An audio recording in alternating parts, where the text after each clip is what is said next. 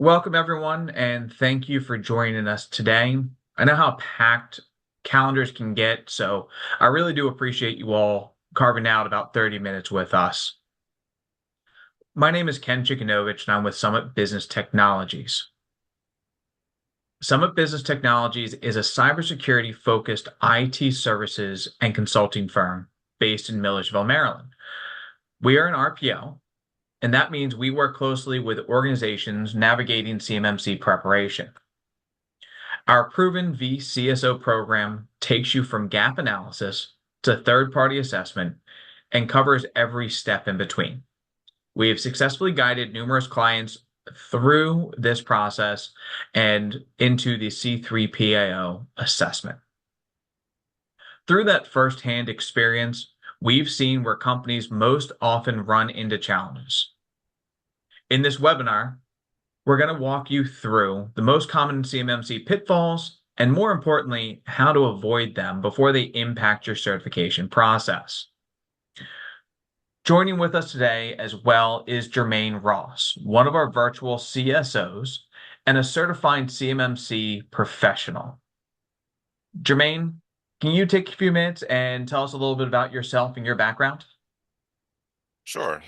Thank you, Ken, and welcome to everyone that took the time to join today.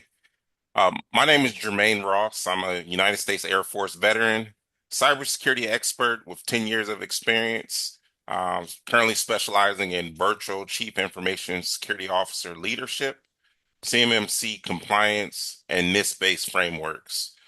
Currently, I help plenty of organizations in reducing risk and achieving compliance across federal and Department of Defense environments. All right, excellent. Thank you for that, Jermaine. And as you can see, Jermaine is a CMMC powerhouse. So, as I mentioned earlier, through our experience, we have found most organizations don't struggle with CMMC because they are ignoring security. They struggle because they underestimate what it actually requires. Today, we plan on making that just a little bit clearer for you. We're going to walk through the most common CMMC pitfalls that we see, the things that delay certification, increase cost, or cause issues during an assessment.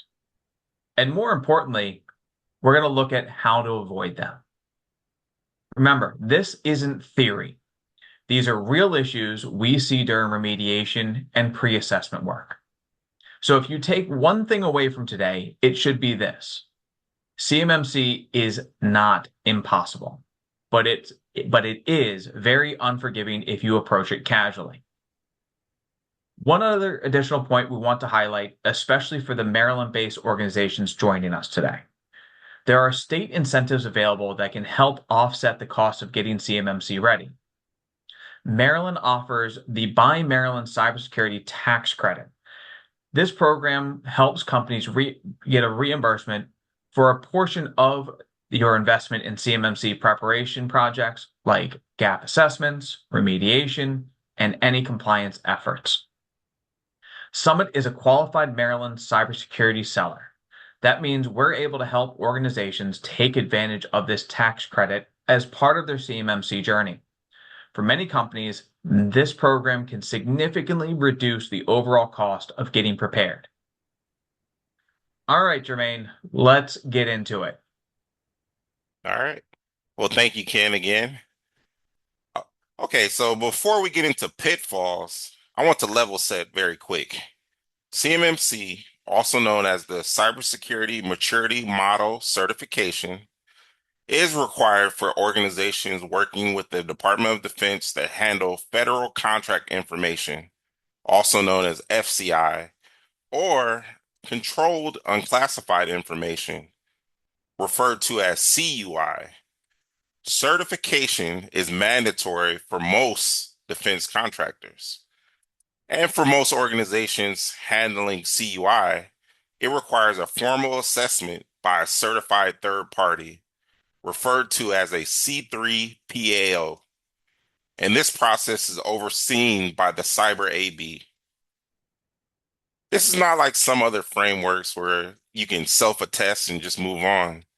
CMMC evaluates your technology, documentation, your processes, your employees, and whether everything is consistently enforced.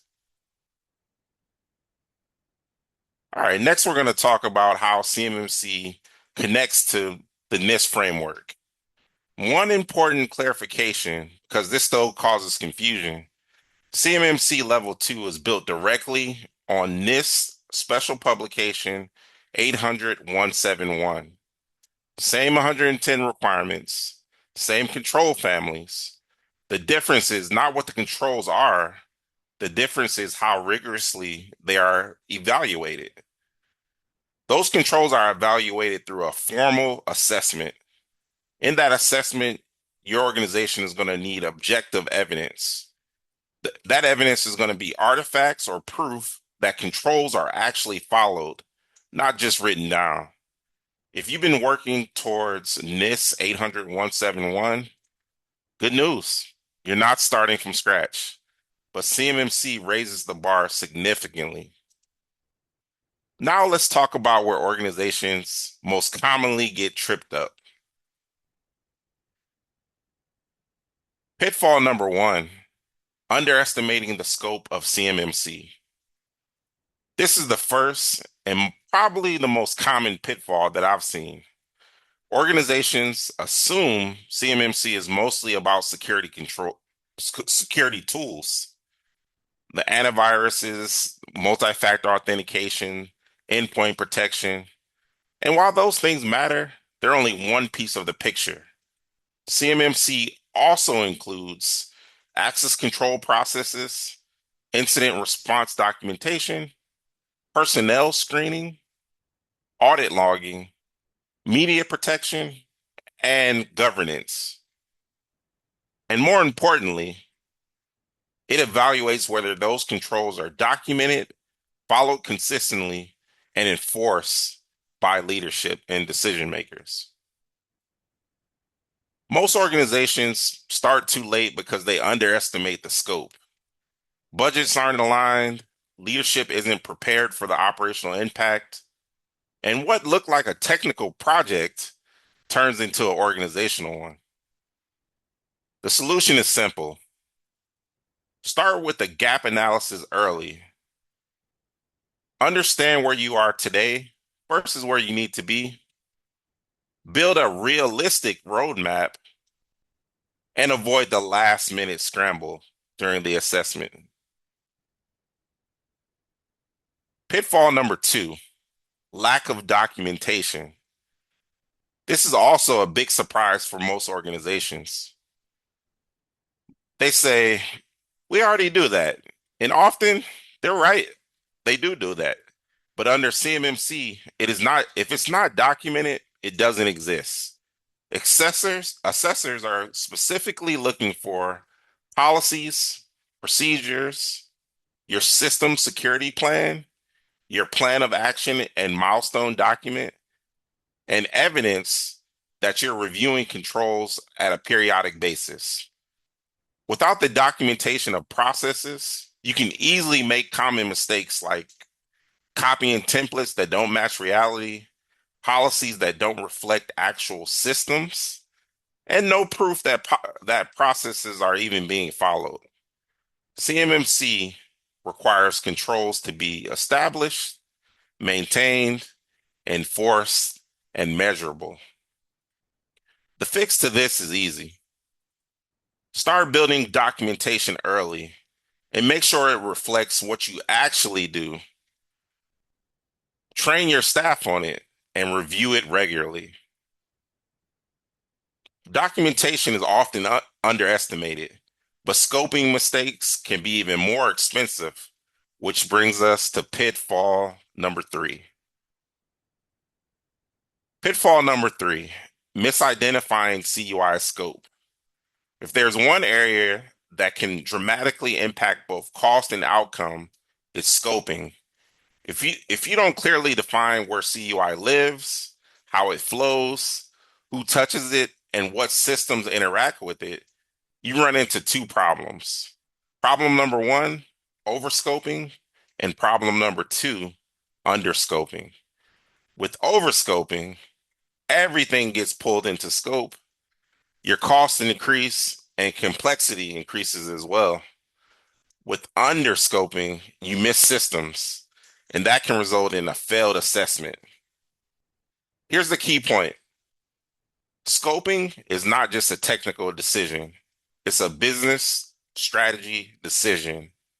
How you define your CUI boundary impacts your infrastructure costs, your licensing, security tooling, assessment scope, and your ongoing maintenance. You typically have two approaches to a solution. Enclave, and second is an enterprise-wide solution.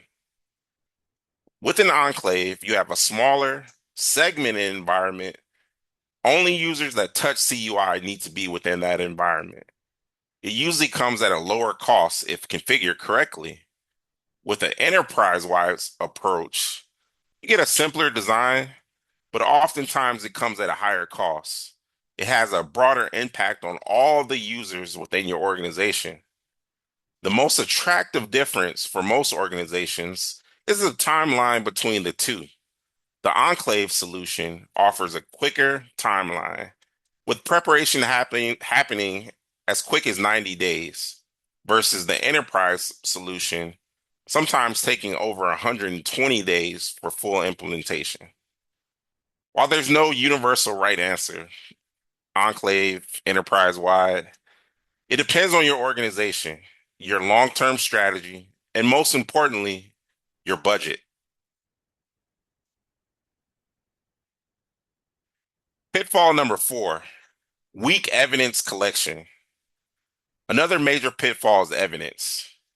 Saying we do that is not enough. Assessors want artifacts such as logs, reports, screenshots, system trouble tickets, and proof that your users have been trained. Organizations often wait until the week before the assessment to start gathering everything.